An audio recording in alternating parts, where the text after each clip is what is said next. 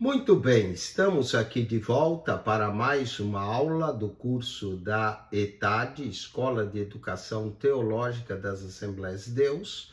Estamos estudando os livros poéticos e agora estamos no livro dos Salmos. Na lição 5, nós vamos falar dos Salmos e suas categorias.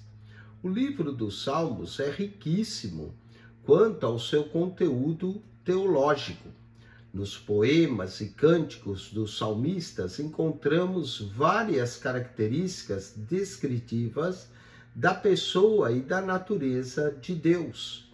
Os autores dos salmos foram hebreus, que criam no único e verdadeiro Deus, e estudando a história do seu povo, percebiam que o Deus de Abraão, de Isaque e de Jacó era o mesmo Deus que se manifestava em seus dias.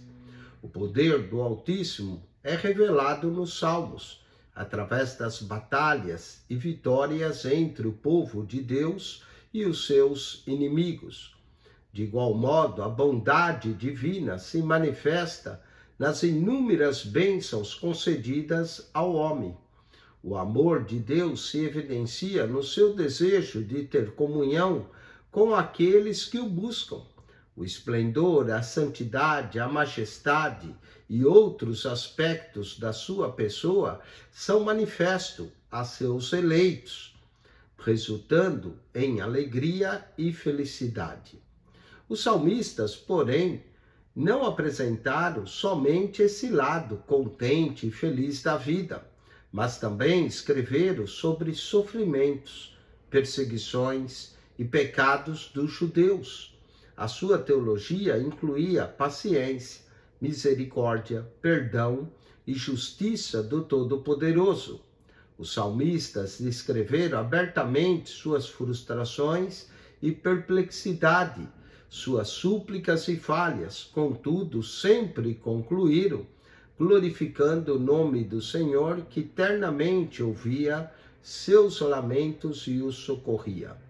Sendo infinito em longanimidade, o Senhor é digno do nosso sincero louvor, louvor e glória, e sabedoria e ação de graças e honra e poder e força do nosso Deus para todo sempre. Amém. Apocalipse 7:12. Nessa lição, nós vamos estudar os primeiros 5 tipos de salmos. Vamos falar dos salmos didáticos, dos salmos de gratidão e louvor, os salmos históricos, os salmos imprecatórios e os salmos da lei. Nos salmos didáticos, aprendemos algo sobre Deus e sua natureza. Nos salmos de gratidão e louvor, Deus é exaltado pelos seus atributos, pelo seu perfeito caráter. Os salmos históricos falam sobre a mão de Deus agindo em favor dos judeus através dos anos.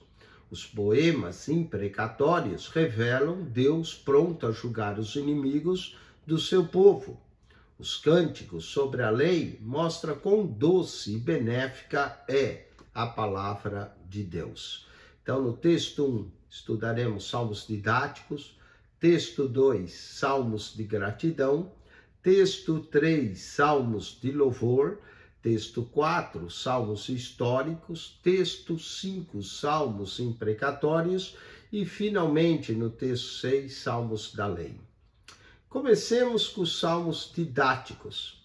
É possível comentar todos os salmos num pequeno espaço de um livro. Por isso, é impossível, na verdade, comentar todos os salmos num pequeno espaço de um livro. Por isso, estudaremos apenas alguns exemplos de cada categoria, iniciando com o Salmo 1, que é um salmo didático. A opinião geral é que esse salmo seja uma introdução ao saltério hebraico, como uma coleção de hinos de louvor, e por isso já ligam ao Salmo 2. Salmos didáticos, como anteriormente explicado, são poemas bíblicos que visam comunicar princípios espirituais ao homem, como o Salmo 1. Bem-aventurado o homem que não anda segundo o conselho dos ímpios, nem se detém no caminho dos pecadores, nem se assenta na roda dos escarnecedores. Antes tem o seu prazer na lei do Senhor, e na sua lei medita de dia e de noite, pois será como a árvore plantada junto a ribeiros de águas, a qual dá o seu fruto na estação própria, e cujas folhas não caem, e tudo quanto fizer prosperará. Temos nesse Salmo 1 o contraste entre o justo e o ímpio. O autor descreve a vida e a sorte final de ambos, usando expressões figurativas para compará-lo às duas coisas que ilustram o destino de cada um. O escritor deixa bem claro que a vida de um é bastante diferente da vida do outro.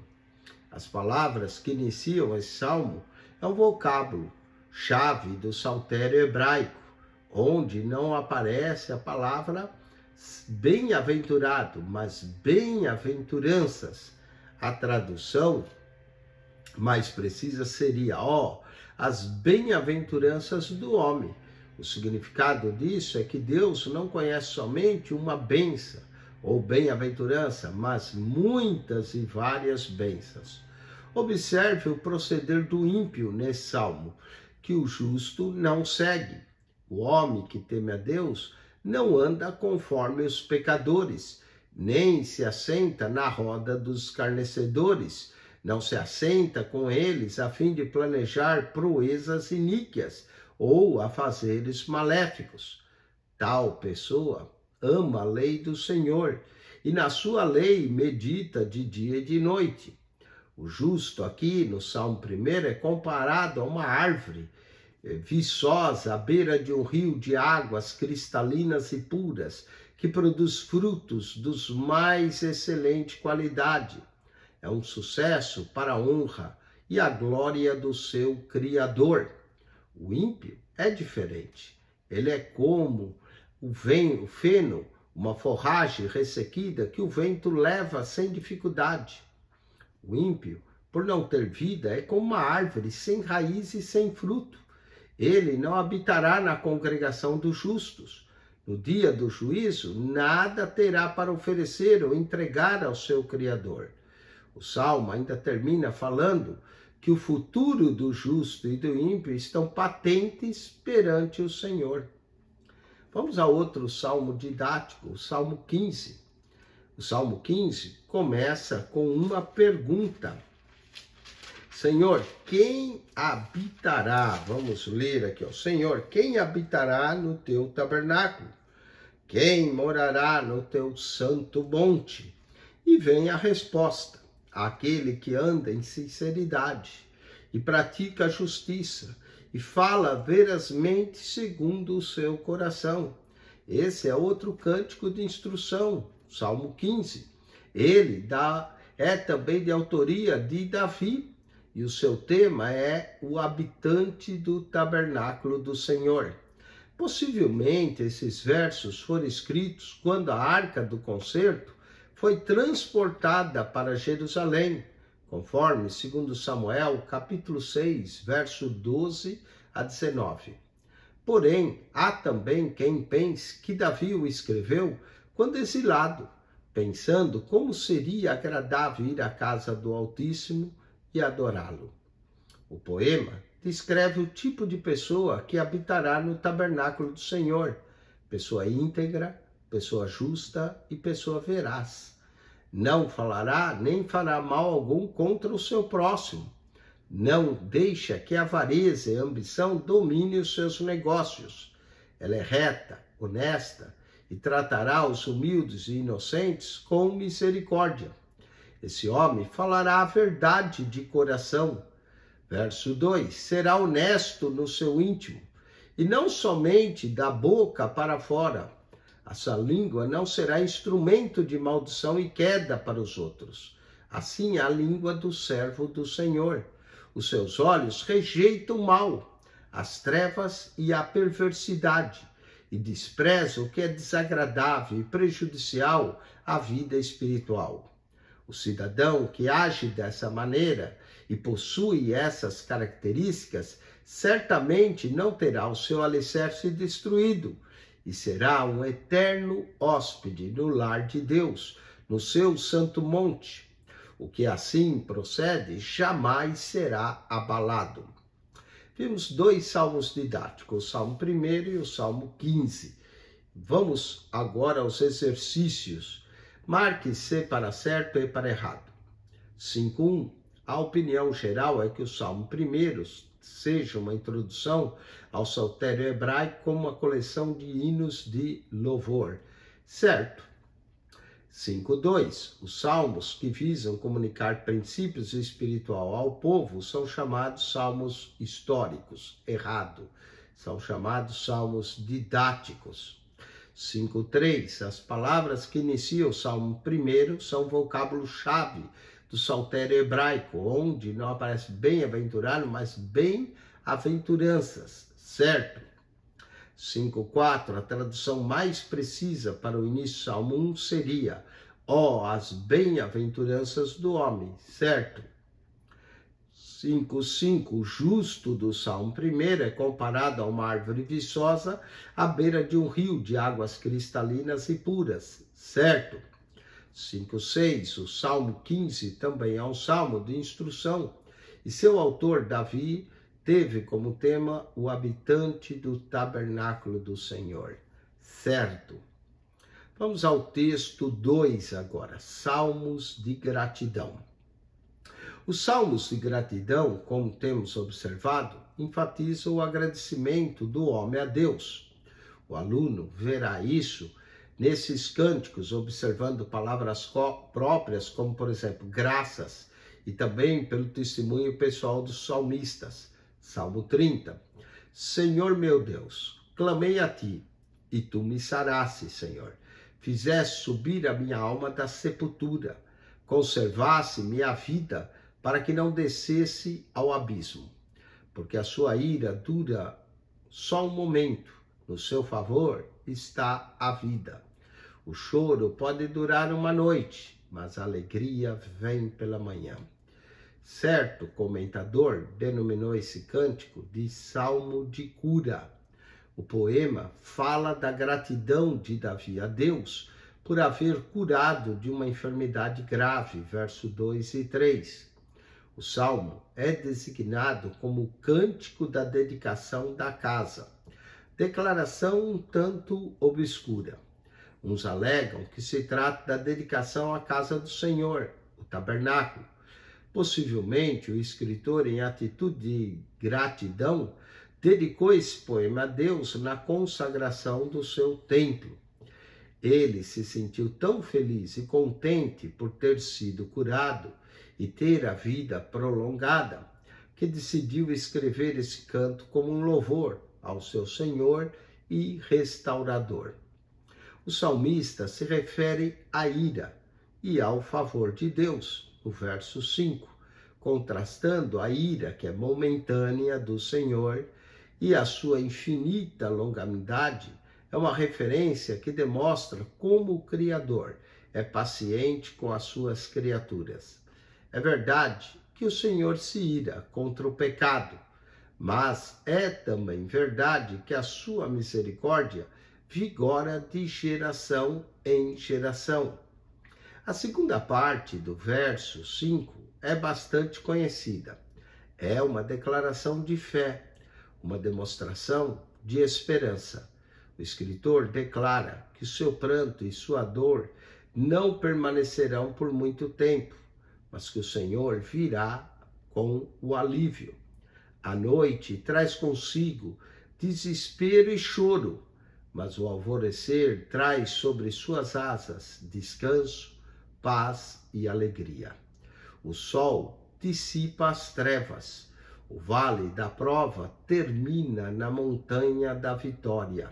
As lágrimas, uma vez enxugadas, trazem novo brilho aos olhos, e o rosto reflete a misericórdia e a bondade do Senhor.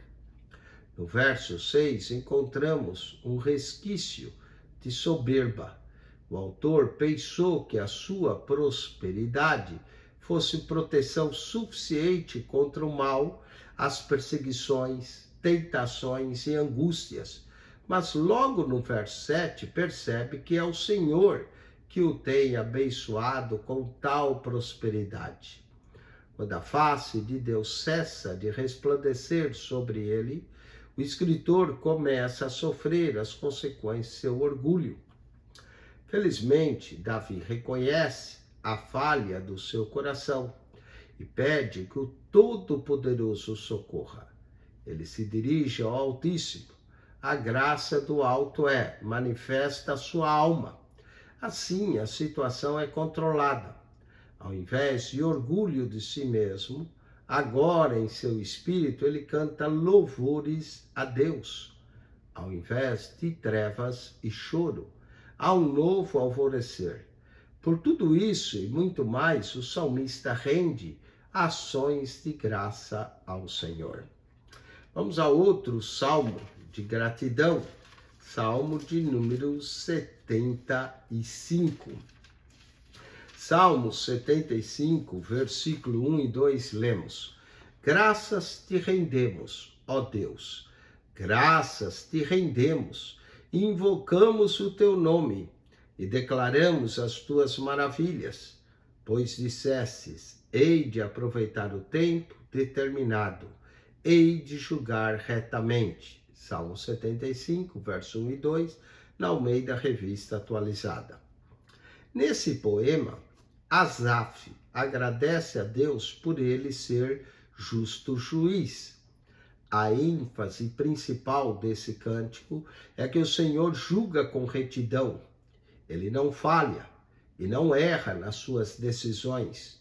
Deus é o juiz, a um abate e a outro exalta. Verso 7.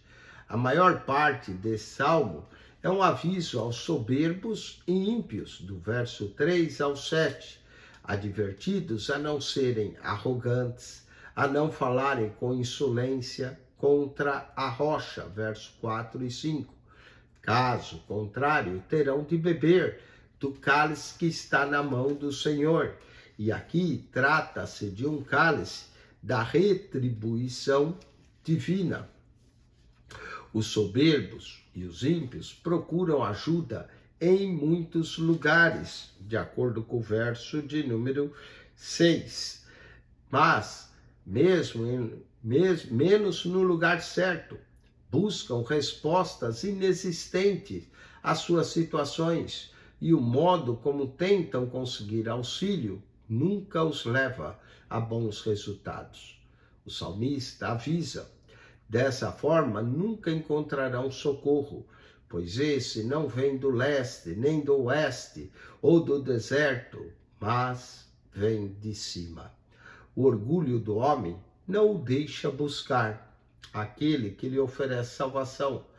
Por isso, Deus lhe dará de beber do cálice da sua ira.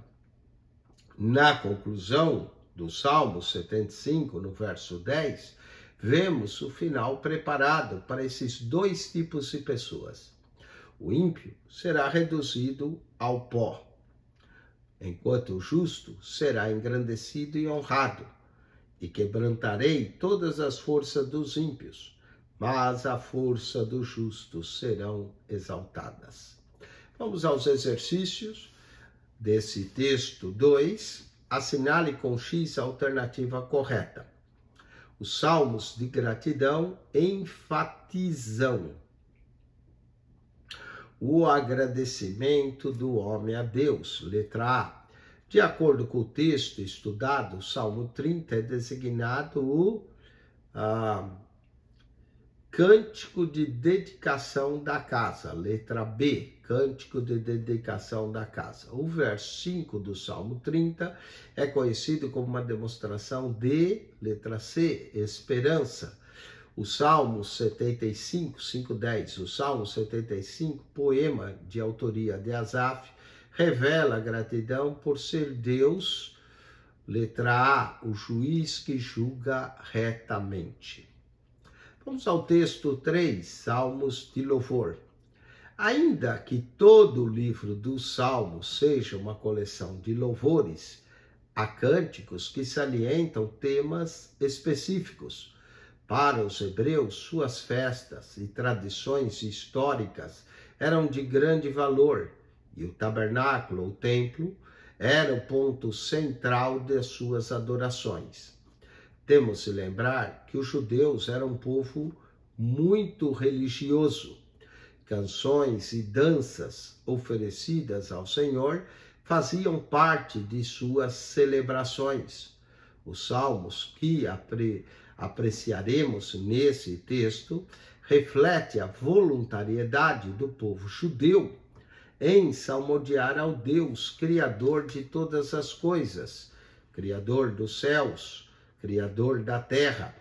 Os últimos poemas, os últimos 5 poemas do livro dos Salmos são chamados cânticos de aleluia, porque contém a palavra aleluia no começo e no fim de cada salmo. No início do Salmo 147 e no fim são em si um pequeno saltério e conclui esplendidamente esse clássico literário das Escrituras Sagradas. Vamos então ao Salmo de número 146 e 147. Começa com louvai ao Senhor, ou aleluia. Louvai ao Senhor, porque é bom cantar louvores ao nosso Deus, porque é agradável, decoroso o louvor. Salmo 147, verso de número 1. Esses 2 cânticos, Salmo 146 e 147, salientam porque o Senhor é digno do nosso louvor. O escritor ressalta a grandeza de Deus nesses 30 versículos, no início do Salmo de número 146 e também no Salmo 147. Os 2 juntos compõem os 30 versículos. No início do Salmo 146, ele fala da insignificância dos homens e de como nada pode fazer para resgatar a humanidade. Salmo 146, verso 3 e 4. Não confieis em príncipes, nem em filhos do homem, em quem não há salvação. Sai-lhes o espírito, e eles tornam para sua terra. Naquele mesmo dia, perecem os seus pensamentos. O autor ainda continua falando sobre o Deus Criador no verso 6, que fez o céu e a terra, o mar e tudo quanto há neles, e que guarda a verdade para sempre. O Deus justo, que é libertador, no verso 7, que faz justiça aos oprimidos, que dá pão aos famintos, o Senhor solta os encarcerados. O Deus que é sarador e amável, no verso 8, o Senhor abre os olhos aos cegos, o Senhor levanta os abatidos, o Senhor ama os justos. O Deus que é protetor e ajudador, no verso 9, o Senhor guarda os estrangeiros, ampara o órfão e a viúva, mas transtorna o caminho dos ímpios. O Deus real que reinará para sempre, no verso 10. O Senhor reinará eternamente. O teu Deus, ó Sião, é de geração em geração. Louvai ao Senhor. No Salmo 147, o salmista exalta a mão do Senhor que age através da natureza. Verso 4, 8, 9, 16 e 18. Conta o número das estrelas, chamando a todas pelos seus nomes. Verso 8. Ele é o que cobre o céu de nuvens, que prepara a chuva para a terra e que faz produzir ervas sobre os montes. Verso 9. Que dá aos animais o seu sustento e aos filhos dos corvos quando clamam. Verso 16 e 18. Quem dá neve como lã, esparge a geada como cinza. Quem lança o seu gelo em pedaços, quem pode resistir ao seu frio? Manda a sua palavra e os faz derreter, faz soprar o vento e correm as águas. A outra ênfase que encontramos nesse poema É a edificação e a preparação de Jerusalém, a cidade santa. É o Todo-Poderoso que edifica a sua cidade, que reforça as suas portas e a cerca de paz, e abençoa e engrandece o seu povo, o povo de Israel. Vamos ver esses versos, Salmo 147, 2. O Senhor edifica Jerusalém, congrega os dispersos de Israel. Verso 12. Louva, ó Jerusalém, ao Senhor. Louva, ó Sião, ao teu Deus. Verso 12 a 14. Porque ele te fortaleceu os ferrolhos das suas portas, abençoa os teus filhos dentro de ti. É ele quem pacifica os teus termos e da flor da farinha te farta. E verso 19, 20. Mostra a sua palavra a Jacó, os seus estatutos, seus juízos a Israel. Não fez assim a nenhuma outra nação. E quanto aos seus juízos, nenhuma os conhece. Louvai ao Senhor. Vamos agora ao Salmo 148 e 149. Louvai todos os seus anjos, louvai todos os seus exércitos, louvai o sol, a lua, louvai todas as estrelas luzentes. Salmo 148, verso 2 e 3. Na versão bíblica Almeida Revista Atualizada, o Salmo 148 é chamado um coro de aleluias.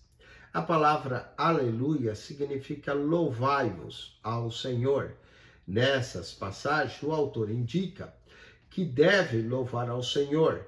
Notamos no primeiro poema uma lista de seres e coisas animadas e inanimadas, exortando a louvar a Deus. Até o verso 12 do cântico, encontramos a lista dos componentes do coro. O salmista inclui nesse trecho, com versos 13 e 14, que vamos ler, quem que louve o nome do Senhor, pois só o seu nome é exaltado, a sua glória está sobre a terra e o céu. E ainda no verso 14, ele também exalta o poder do seu povo, o louvor de todos os seus santos, dos filhos de Israel. Um povo que lhe é chegado, louvai ao Senhor. Então, mostramos aqui que não haver outro maior do que Deus e por isso merece todo o louvor. Também mostra que a verdadeira adoração ao Senhor produz grandes resultados e ele também exalta o poder do seu povo. No Salmo 149, os salvos são encorajados a cantar uma nova canção ao Senhor. Louvai ao Senhor, cantai ao Senhor um cântico novo, e o seu louvor na congregação dos santos, proveniente do progresso do crente na adoração e no conhecimento de Deus. O fato de ele alcançar novos horizontes espirituais. A sugestão do escritor é que um novo cântico deve fazer parte da vida diária de cada filho de Deus. A segunda carta aos Coríntios diz que o nosso homem interior se renova de dia em dia. 2 Coríntios, capítulo 4, verso 16. Como essa renovação cotidiana surgem as novas canções. Repare que temos que o salmista usa para refletir aos fiéis. Israel e filho de Sião, verso 2. Alegre-se Israel, aquele que o fez, regozije-se os filhos de Sião no seu rei, seu povo e os humildes, verso 4, porque o Senhor se agrada do seu povo, ele adornará os mansos com a salvação, verso 5 a 9, exulte os santos na glória, cante de alegria no seu leito, estejam à sua garganta os altos louvores de Deus, e a espada de 2 fios nas suas mãos, para tomarem vingança das nações e darem repreensões aos povos, para prenderem os seus reis com cadeias e os seus nobres com grilhões de ferros, para fazerem neles o juízo escrito, esta honra tê-lo-ás todos os santos, louvai ao Senhor. Repare os termos que o salmista então usa aqui. do verso 5 ao 9. Sem dúvida, esse poema é chamado para os redimidos levantarem a face e a voz ao Todo-Poderoso, seja no santuário do Senhor, seja no leito, como no verso de número 5, seja anunciada a vingança às nações ímpias, como no verso 7 e 8. Vamos agora ao Salmo 150, que encerra o saltério. Louvai a Deus, louvai-o no seu santuário, louvai-o no firmamento do seu poder, louvai-o pelos altos poderosos, louvai conforme a excelência da sua grandeza, louvai ao som de trombeta, louvai-o com saltério e harpa. E termina: tudo quanto tem fôlego, louve ao Senhor, louvai ao Senhor. A doxologia final da coleção dos Salmos conclui esse belo livro. Os Salmos 146 e 147 falam do porquê se deve louvar ao Senhor. Os Salmos 148 e 149 dizem quem deve louvar ao Senhor. E o Salmo 150 salienta de como louvar ao Senhor. Vamos ver esses pontos. Onde louvar ao Senhor? No santuário. O que significa o santuário terrestre, Senhor? Qualquer lugar em que Deus e o homem se encontrem. E a magnificência divina se manifesta. E os louvores da criatura se elevam ao Criador por ser um santuário. Segundo, por que louvar o Senhor? Por causa dos seus atos grandiosos, feitos do seu poder. A mão de Deus se revela na criação e na história. Os diversos salmistas escreveram sobre esses temas como testemunho de atos gloriosos do Senhor, pelos quais é mister louvá-lo. Como ou de que modo deve louvar ao Senhor? Com instrumentos. Na época da composição dos salmos, os instrumentos musicais eram rudimentares, mas serviam para louvar ao Altíssimo. Hoje, não somente com instrumentos mais avançados que dispomos, devemos engrandecer o nome do Salvador, mas também com os nossos lábios. Quem deve louvar o Senhor? Todo ser que tem vida, louvai ao Senhor. Tudo quanto tem fôlego de vida, louve ao Senhor. Vamos aos exercícios desse texto. Os últimos 5 poemas do livro dos Salmos são chamados, letra B, Cânticos de Aleluia. Os Salmos 146 e 147 salientam todas como o Senhor deve ser louvado, porque o Senhor é digno do nosso louvor, quando o Senhor deve ser louvado. O Salmo 146, 147, na verdade, salienta como, ou o Salmo fala do porquê de se louvar ao Senhor. Então, a correta aqui, na 5:12, é a letra B, porque o Senhor é digno do nosso louvor. Na versão bíblica Ara Almeida, revista atualizada, o Salmo 148 é chamado, letra C, um coro de aleluias. Um coro de aleluias. 5:14, no Salmo 149, os salvos são encorajados aqui a cantar uma nova canção ao Senhor, letra A.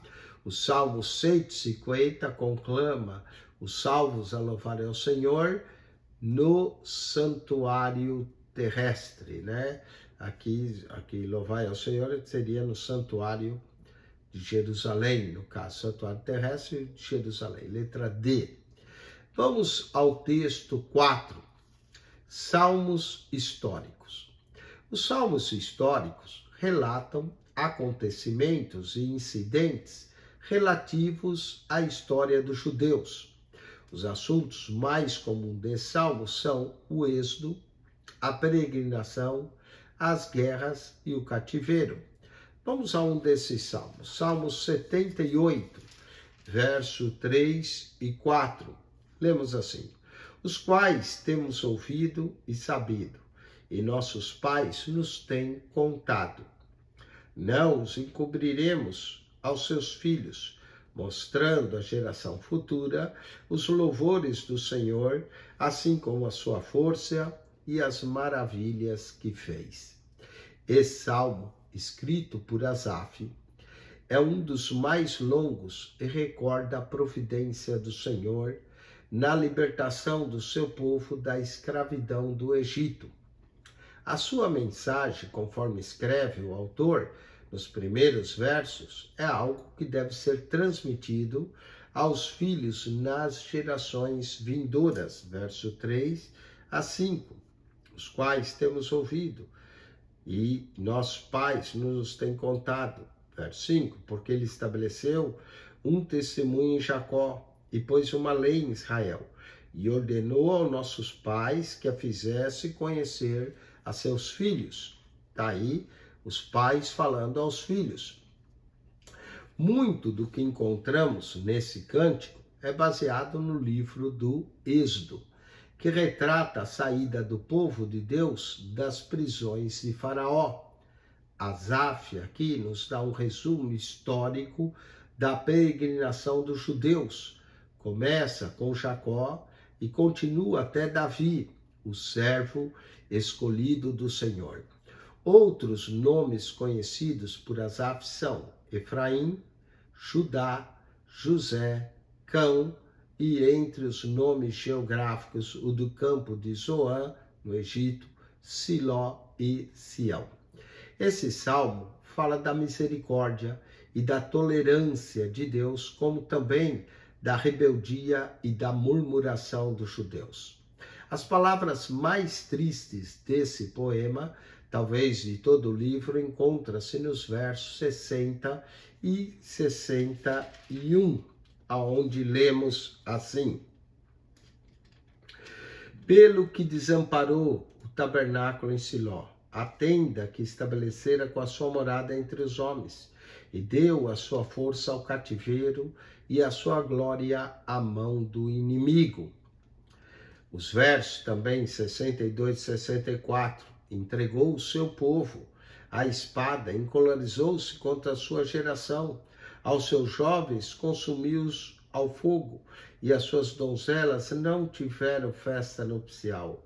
Os seus sacerdotes caíram à espada, e as suas viúvas não se lamentaram. Aqui descreve os horrores sofridos por Israel.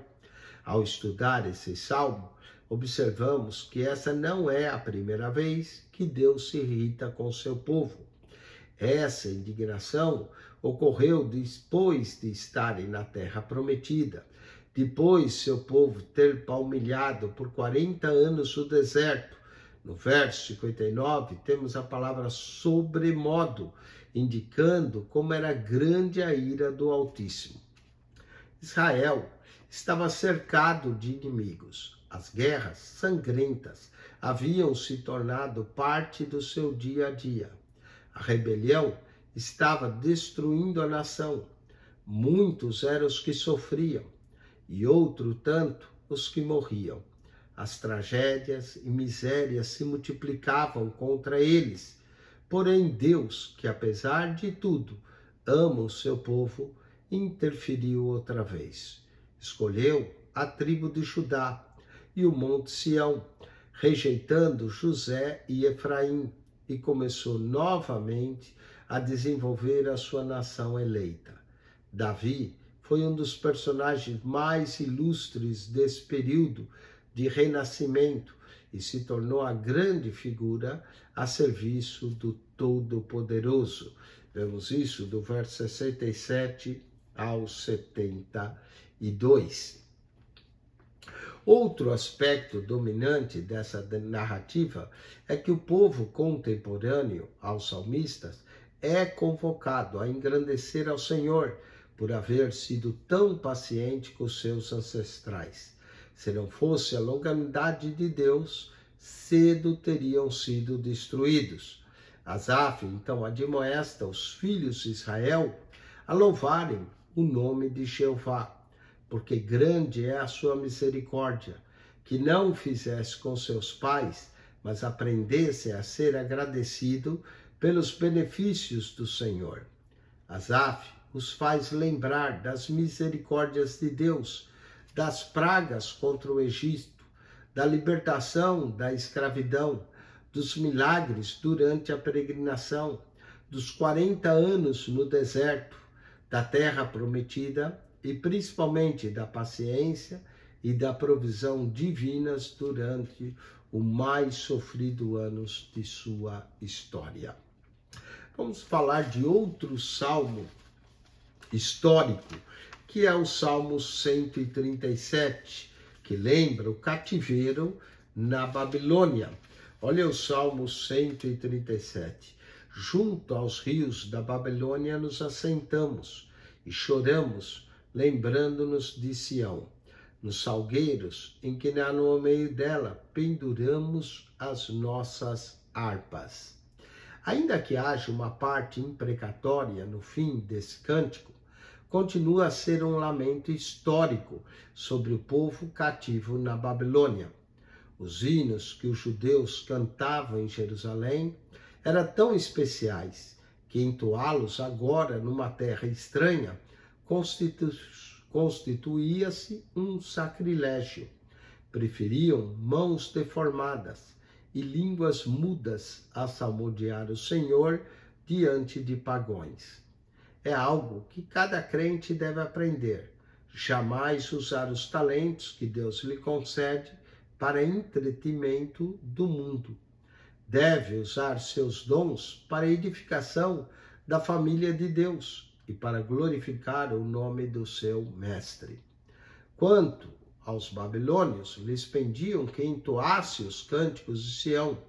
Os judeus, em sinal de protesto, penduravam seus instrumentos musicais nas árvores, às margens do rio, onde se encontravam cativos. A saudade de Jerusalém e do santuário são demonstrados nesse poema sacro. Os judeus anelavam voltar à sua terra e novamente entoar salmos de louvor ao Senhor na congregação. Vamos aos exercícios. Associe a coluna A de acordo com a coluna B. 5:16. O êxodo, a peregrinação, as guerras e o cativeiro são assuntos neles abordados. Letra B, Salmo 78. Letra B na 5:16. 5:17. Nele, Asaf recorda a providência do Senhor na libertação do seu povo da escravidão do Egito. Aqui seria o Salmo 78, versos 60 e 61. Encontraram-se muito de Asaf mencionar no Salmo 78, nele está baseado. No Salmo 78, aqui seria o verso 67 a 72, letra E. Encontram-se as palavras mais tristes do poema e talvez todo o livro dos Salmos. Aqui sim, é o Salmo 78, letra A, verso 60 a 61. Fala de Davi, um personagem ilustre nesse período de renascimento a serviço do Todo-Poderoso. Aqui é o Salmo 78, verso 67 a 62. O último destaca a tristeza do povo judeu quando cativo na Babilônia, letra C, Salmo de número 137. Vamos ao texto de número 5, Salmos imprecatórios. Os salmos imprecatórios contêm invocações de julgamento contra os inimigos de Deus, seu povo. O aluno deve entender que tais salmos não tratam de vingança pessoal. O salmista fala em nome de Deus. Salmo 35. Pleiteia, Senhor, com aqueles que pleiteiam contigo. Pleiteia contra os que pelejam contra mim. Salmo 35, verso 1. Davi era um grande guerreiro e, como tal, tinha inimigos. Muitos o odiavam e tramavam a sua morte. Outros o invejavam, por ser um rei bem-sucedido, corajoso e vitorioso. General de alto gabarito, estrategista militar, comandante corajoso e defensor da pátria. Foi Davi quem escreveu a maior parte dos salmos imprecatórios. Nas guerras, porém, o perdedor nem sempre morre, às vezes escapa, derrotado, ferido, humilhado, mas ainda vivo. Mesmo que o inimigo seja aniquilado, sempre há outro para seguir seus passos, um filho, um soldado, um herói do povo.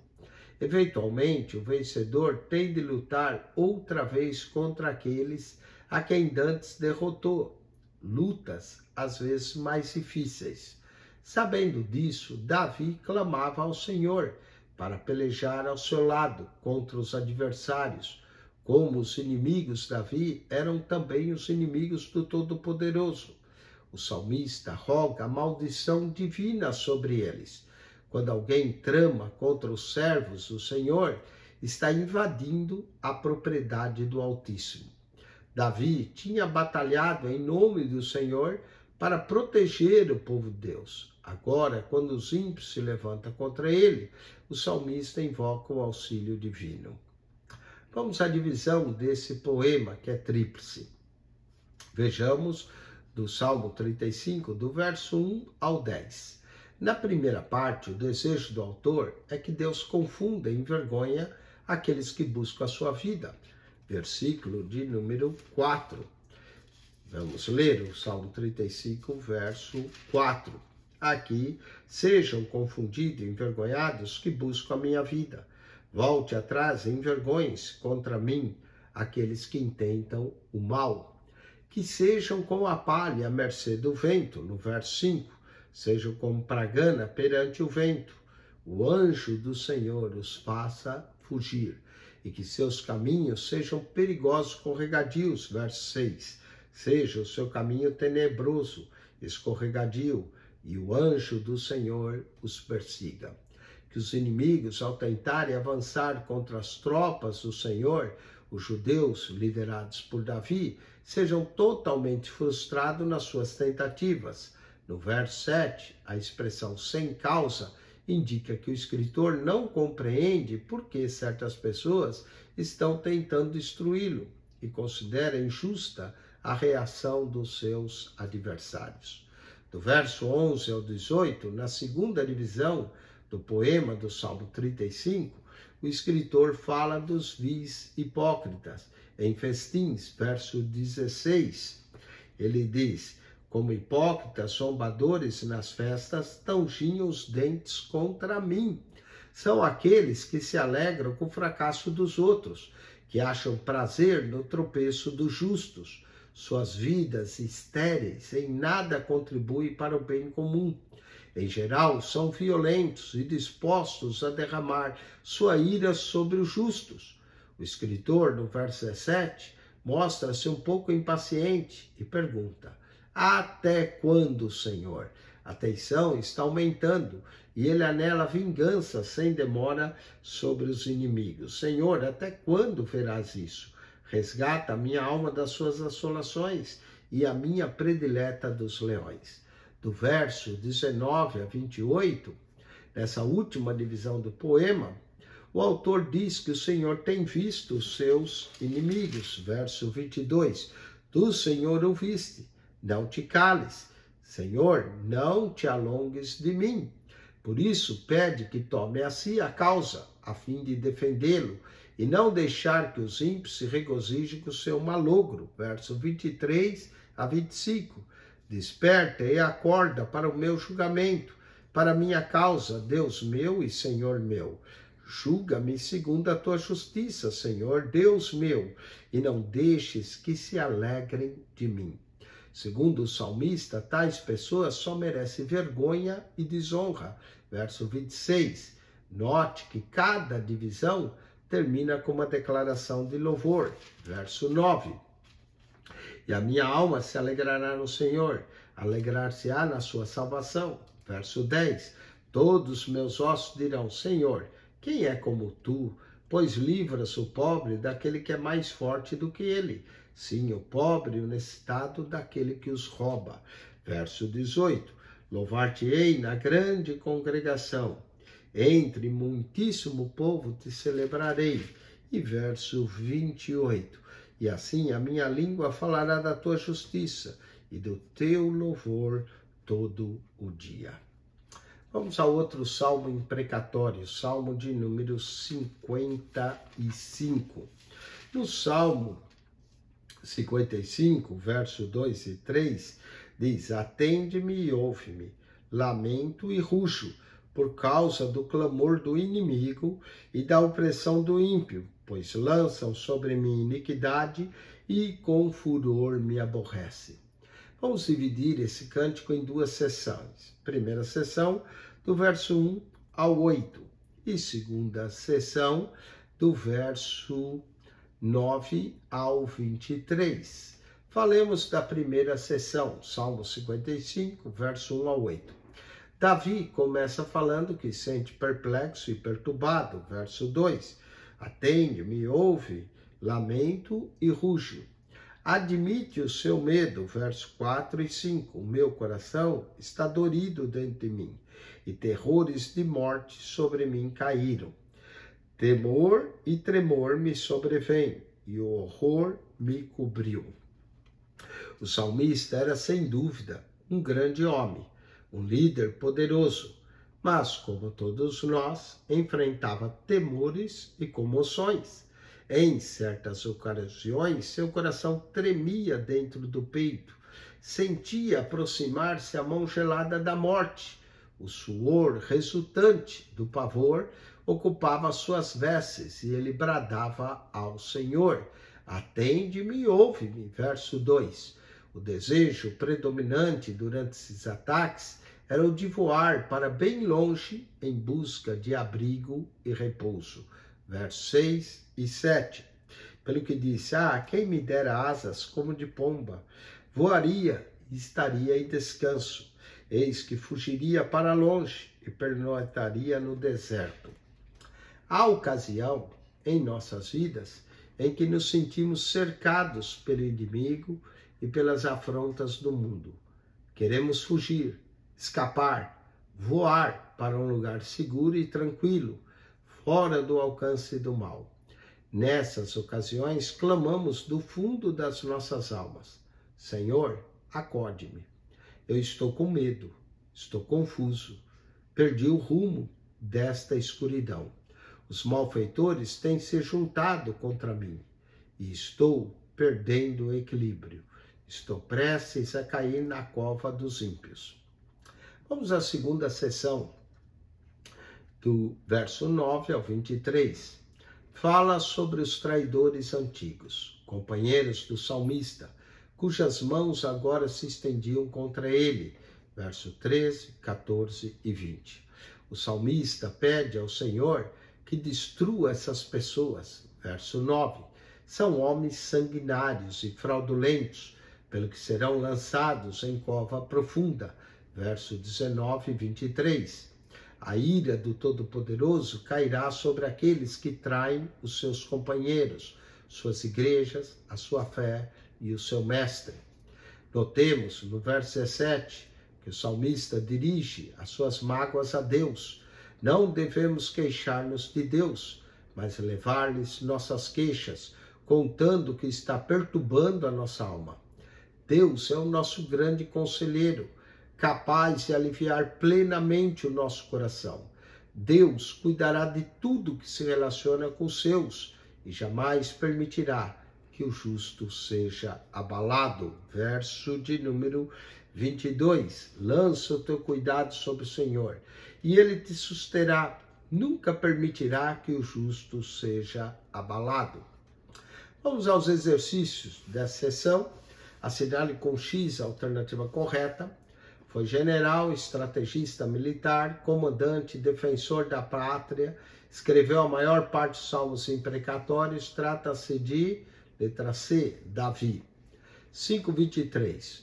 Os salmos imprecatórios contêm invocações de julgamento contra Letra A, os inimigos de Deus e seu povo. 5:24. Como os inimigos de Davi eram também adversários do Todo-Poderoso, o salmista roga a maldição divina sobre eles. Letra B. A divisão do poema constante do Salmo 35 é tríplice, verso 1 a 10, verso 11 ao 18, verso 19 ao 28. Cada divisão termina com uma declaração de louvor. Letra A. 5:26. O Salmo 55 pode ser dividido em duas seções, verso 1 a 8 e verso 9 a 23. Na primeira, Davi mostra perplexo e perturbado. Na segunda, refere-se aos amigos. Letra C, traidores. Vamos finalmente ao texto 6, o Salmo da Lei.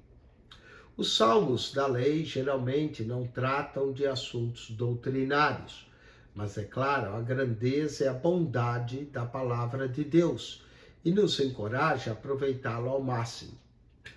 Salmo 119, verso 18 e 19. Abre tu os meus olhos para que eu veja as maravilhas da tua lei. Sou peregrino na terra, não escondas de mim os teus mandamentos.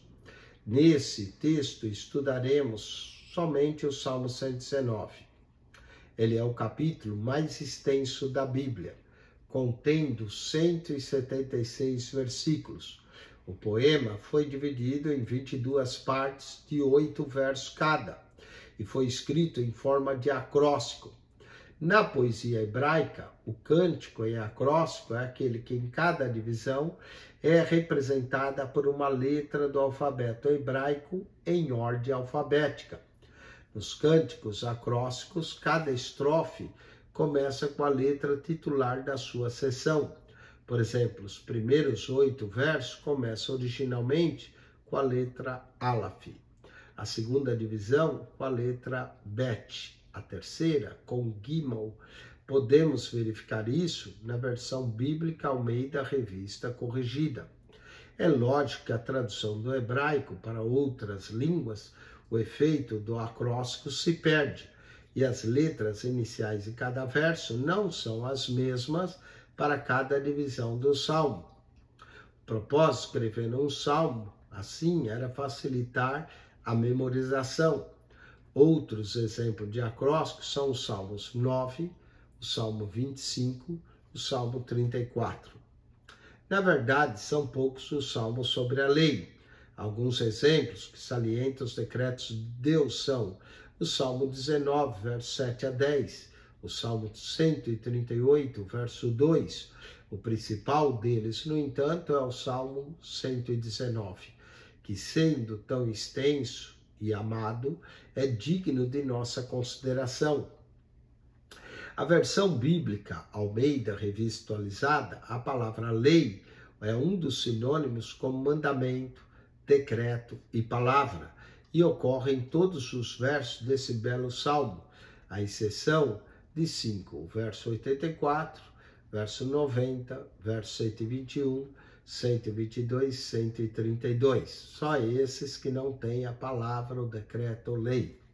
A lei, a ideia da lei nesse poema não se refere especificamente à lei de Moisés.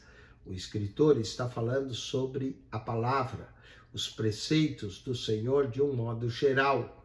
Essas palavras fazem parte dos mandamentos e regras que foram entregues a Moisés e aos israelitas. Mas a ênfase aqui é sobre as leis, os preceitos, os decretos em geral, que são vindos da parte de Deus ao seu povo. São as normas da vida cristã ou espiritual. É aquilo que cada filho de Deus deve obedecer e seguir. Para os judeus, a lei do Senhor era algo conhecidíssimo. Ela foi entregue a Moisés. As palavras que Deus falava por intermédio de seus ministros, como sacerdotes, juízes e profetas, era a expressão da lei do Senhor. Os sinônimos. Queremos, nessa subdivisão, apresentar as palavras-chave do Salmo 119.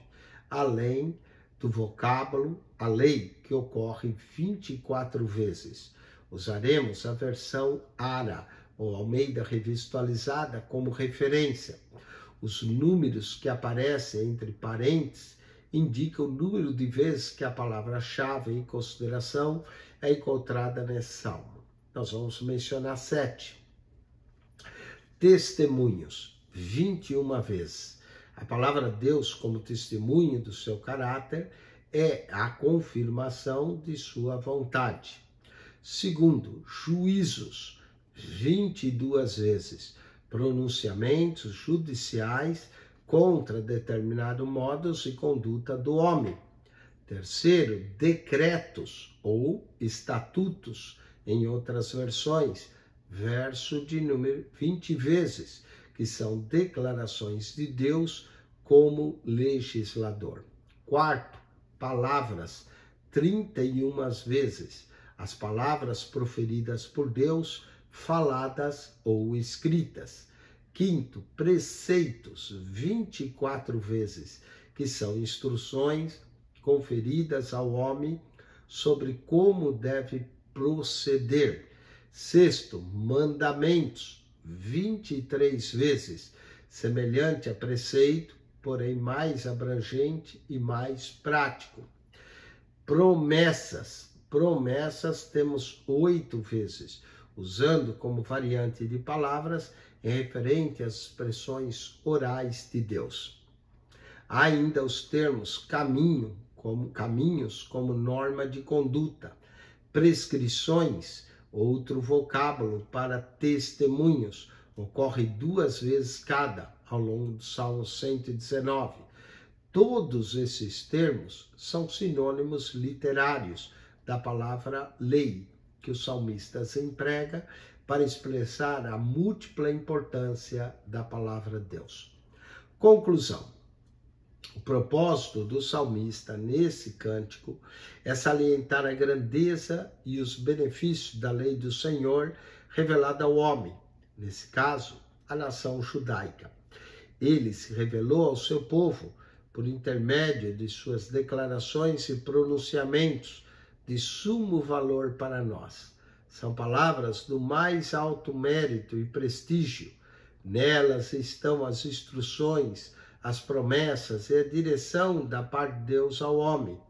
Não podemos fazer outra coisa senão louvá-lo e engrandecer seu nome supremo. Deus tem falado e está falando conosco hoje, pelo que precisamos expressar as mais gloriosas manifestações de gratidão. Vamos aos exercícios.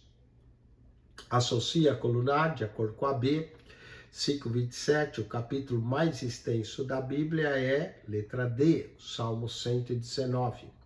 5:28, o poema contido no Salmo 119 está dividido em B, 22 partes. 5:29, cada divisão do Salmo 119 é composta de 8 versículos. 5:30, a ideia da lei do Salmo 119 aponta para a palavra, letra A, e os preceitos do Senhor. Letra A, na 5:30. 5:31, propósito salmista no Salmo 119 é salientar a grandeza da lei do Senhor revelada, letra C, ao homem. Revisão da lição. Marque C para certo e para errado. 5:32, o homem justo do Salmo 1 é comparado a uma árvore viçosa à beira de um rio de águas cristalinas e puras. Certo. 5:33, os salmos de gratidão enfatizam o agradecimento de Deus ao povo de Israel pela sua fidelidade. Aqui está o contrário, o agradecimento do povo a Deus pela sua fidelidade. 5:33 errado. 5:34, os últimos 5 poemas do livro dos Salmos são chamados cânticos de prazer. Errado. Cânticos de aleluia. Errado. 5:35, o Salmo 78 fala da misericórdia, a tolerância de Deus, como também sobre a rebeldia e murmuração dos judeus. Certo. 5:36, Pleiteia, Senhor, com aqueles que pleiteiam comigo, são palavras de Davi em um dos salmos imprecatórios, certo? E 5:37, os salmos da lei, geralmente não tratam de assuntos doutrinários, mas nos conduzem a aproveitar ao máximo a palavra de Deus. Certo, certo. Com isso, concluímos mais uma lição 5, sobre esses salmos, né, didáticos, de gratidão, de louvor, salmos imprecatórios, salmos da lei, salmos históricos. Agora o aluno deve tirar 5 a 10, 15 minutos de intervalo e volte. Tome um café, não é? Descanse um pouco, volte para a lição de número 6, iremos estudar a lição 6 e a revisão do teste 2. Lição 6, teste 2. Tire 10, 15 minutos. Se você não é aluno, assistiu a aula para ganhar conhecimento, parabéns. Se gostaria de se tornar aluno, entre em contato conosco, faremos a sua matrícula, daremos acesso a você à plataforma, para que você tenha acesso ao material didático, e daremos também acesso ao WhatsApp do aluno, para que você possa fazer os testes e assim obter a sua avaliação e, consequentemente, obter o seu certificado de teologia básica do curso da ETAD.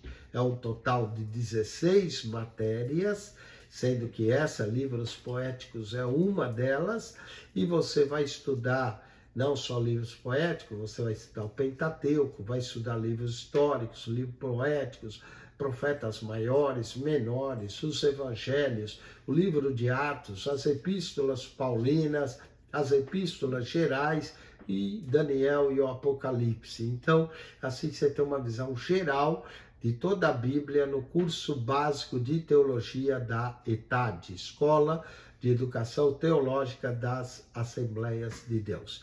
Entre em contato conosco, faremos a tua matrícula. As aulas são pelo canal do nosso canal do YouTube, não é? Você pode assistir todas as aulas, mas se você quer o diploma, é preciso se matricular, é preciso fazer o teste é digital, e você obtém a sua avaliação e terá acesso à plataforma. PR Eugênio Piacentini, o canal da Bíblia. PR Eugênio Piacentini, o canal da Bíblia. Subscreva, ali não tem só aulas da ETAD, tem aulas da Escola Dominical, temos comentário de toda a Bíblia, se descer na primeira pasta, lá embaixo, temos a Bíblia lida para você. PR Eugênio Piacentini, o canal da Bíblia. Subscreva.